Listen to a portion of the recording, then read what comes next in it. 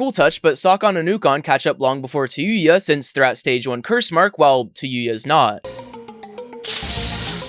Oh no!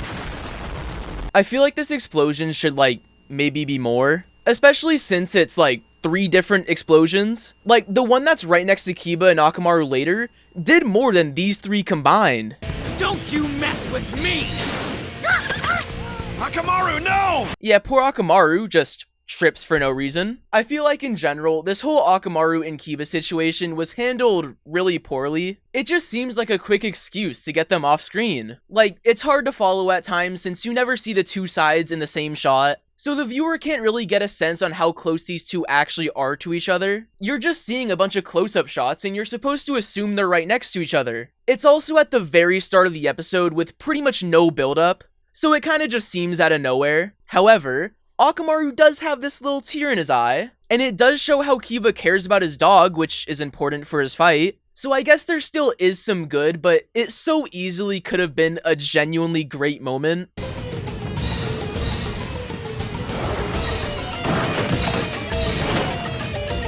While I feel like the last moment was just to get them off screen, I do like the fact that they are. It allows their eventual fight to feel very secluded and have its own interesting little quirks to it, which I'll get into later down the line. Plus, it allows Shikamaru and Naruto's fights to play out the way they do. If Kiba, Akamaru, Sokon, and Ukon were here for any longer, then Shikamaru vs Tayuya or Naruto vs Kimimaro would have felt really clunky, since you would have had another fight happening right next to them. It also makes for an interesting setting too, so that's cool.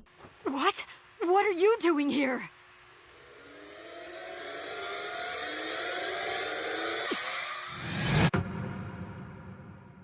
Okay, this is just so cool. You're gonna hear me be pretty critical of this episode, but this moment's amazing. They frame it to be on some horror movie shit, which is not only sick, but it's meant to show the perspective of Shikamaru and Naruto. They didn't know this was coming, so the tone is mirroring their reaction. Not only that, but just the reveal of Kimimaro. You don't even see his eyes, so he still feels like one big mystery. And when one big mystery just pulls up on a battlefield, that's not something that's just taken lightly. So now the viewer's on edge, cause this character that was just set up last episode just randomly appeared and is not on our side. And this shot specifically is perfect with the silence and everything. It sets the tone perfectly. This sequence is cool. Kimimaro turns around, kicks the coffin, and sandwiches Shikamaru and Naruto while taking control of Sasuke in the process. And before they could react too, by the way. It's such a cool little sequence, but also shows how insane Kimimaro is to do this. And given this is our first ever time seeing him in battle,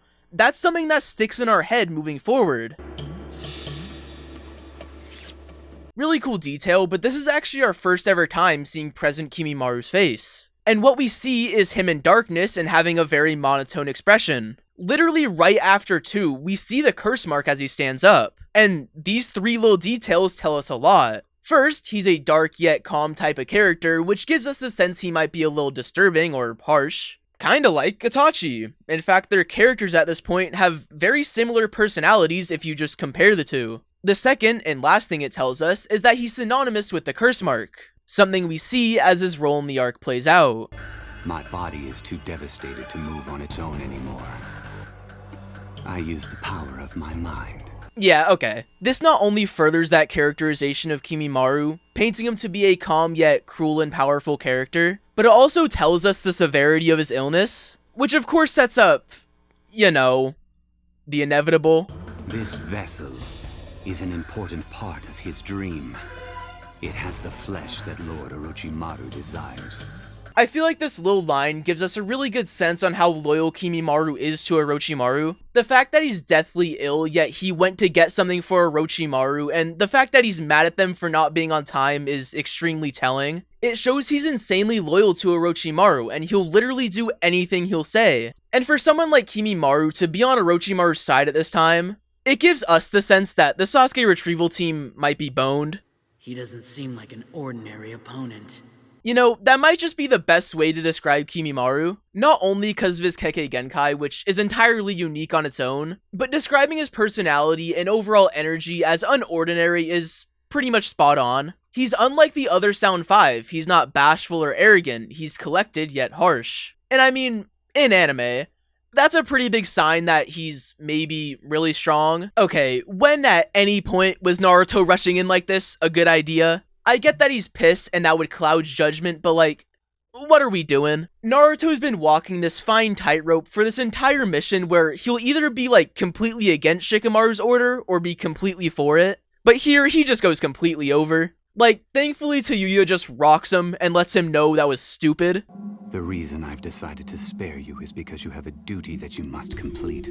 I like how this makes Kimimaro seem even more cruel. We had his official introduction where he seems soft-spoken and more as an antagonist. Then we have his fighting introduction where he seems more calm and collected. And then now we have this where it's like, okay, is he just a psychopath, like, point blank? It seems like a mix between Itachi and Orochimaru, and that's a pretty scary mix. Like, it leaves the viewer feeling confused, cause we don't really know how to view him. But going forward, we get painted more of a picture, and we can come to a very interesting conclusion.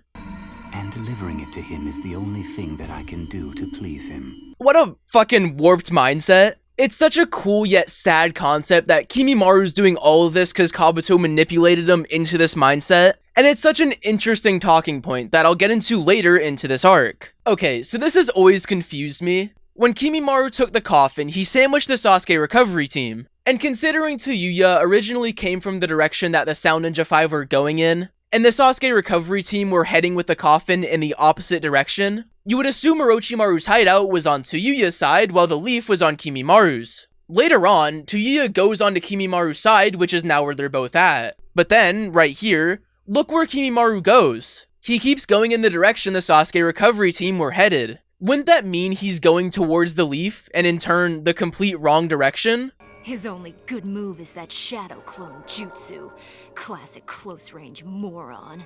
Did Tayuya not see Naruto pull out a fucking ball of chakra? I'd say that looks pretty intimidating, but I guess that's just me. Also, you think Shikamaru's strategizing here was like 5% telling Naruto the actual plan, and then just 95% pss, pss, pss, pss, pss. Like, what they go with could be pretty much said in like 5 seconds, but Shikamaru takes like a whole minute relaying it to Naruto. If we gang up on her, we've got a good shot. What do you say, Naruto? Let's get her! Huh!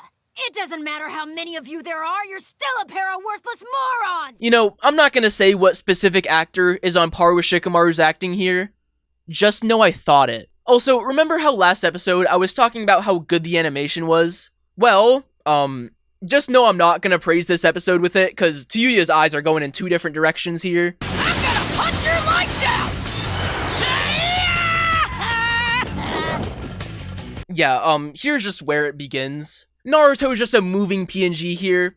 No animation, just flying him across the screen. Also, you see this Naruto slapping his ass thing? Yeah, that wasn't in the manga. The animators just did that for the love of the game. It's a trick! Teamwork, my you dirty, conniving little weasels! I like that Tayuya as a character is a lot less serious than the other Sound Ninja. Like, what kind of villain just stops to do this? It's weird. Also, holy censorship? What she really meant to say was, teamwork my ass, you fucking asshole. Hey, remember this. A person's jutsu isn't his only weapon. Yes, actually, we will remember that. Shikamaru's line here is pretty ambiguous. In the moment, he's talking about his mind, but in the grand scheme of things, it can mean a lot. And we're actually gonna go back to this line as we move forward, so get ready. I like that Naruto gets overwhelmed with the Nine-Tails chakra here as he thinks about getting Sasuke back. We know it's powered by emotions, so it shows how much this means to him and how seriously he's taking it. And that's a good thing to have, especially given what's about to come. I don't know what kind of order you gave him, but it seems a bit cruel if you ask me. Oh, not at all. I gave him no order. The fuck? Yes, you did. Let's not act like this manipulation was just on accident now. That was 100% on purpose. And you know what's messed up when the groomer, Orochimaru, says it's cruel? Like, how bad of a person are you for him to say it's bad? He did it all for you. Out of reverence. First off, seeing Orochimaru like this is creepy as hell. It gives the viewer the thought of, what if this happened to Sasuke? Would we see Sasuke looking like this? This jutsu is literally Orochimaru merging with this guy's body. So the guy we see might actually be alive, by the way. He's just slowly being taken over by Orochimaru. Also, this shows how loyal Kimimaro is. He's literally dying because of what Orochimaru wants. And it's not even something he can really have for multiple years. He had a genuine Kekkei Genkai. This is actually something we don't know yet, so that's cool. Also, the viewer at this point might be confused on what a Kekkei Genkai even is, since the last time it was truly brought up was during the first ever arc, the Land of Waves. So Kimimaro having a Kekkei Genkai refreshes the viewer on them as a concept, and oh my god, how important that is going into Shippuden. I can't get him out of my head. The man best suited for my spirit. The body I wanted the most. Kimimaro. I feel like this really helps reinforce how powerful Kimimaro is. If Orochimaru wanted him the most, but is instead going after Sasuke, then how fucking powerful is Kimimaro if Sasuke's just simply the alternative? Okay, this is a cool shot. Kabuto's glasses reflecting Orochimaru shows Kabuto sees and lives for Orochimaru and his goals, which is something super big in Shippuden. With that being said, doesn't it kind of look like he's a bug? I can't be the only one, right? Like, you see this too. Hey, look, it's a random clearing in the forest. You know what that tells me? A fight's gonna happen. Cause pretty much every Naruto fight happens to be in a random open area. Hey!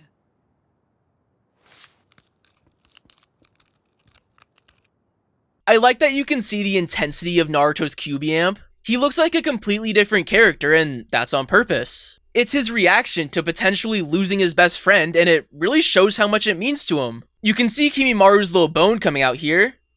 That's the best way I could have said it. So before his flesh decays, a strong, new body must be made into a vessel for his soul. I like that Kimimaro pretty much just tells Naruto about Orochimaru's immortality jutsu and his intentions with Sasuke, because not only does it tell us some important information, it also shows that Kimimaro is so confident he'll beat Naruto that it doesn't matter whether he knows or not, he's just gonna kill him regardless. How many are you gonna lose just to save this one insignificant shinobi? You're pretty dumb for a leader.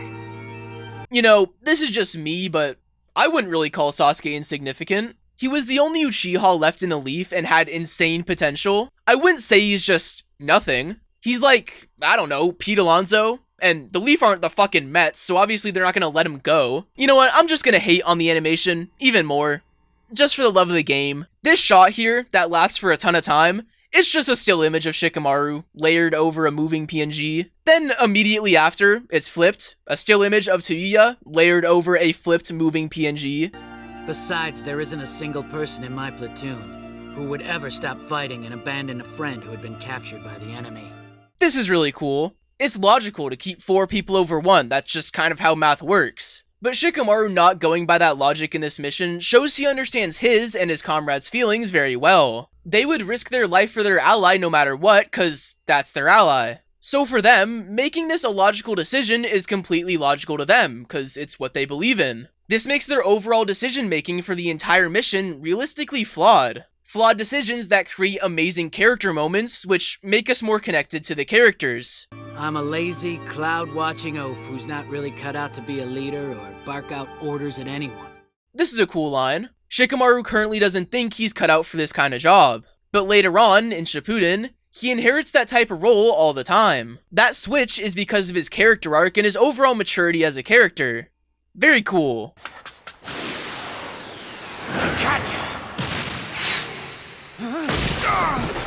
Okay, I'm just gonna say it. Kiba was done so dirty in this episode. He gets pretty much thrown off screen immediately, then the second he's shown again, he just gets shit on. Like, actually brutal. Summoning jutsu!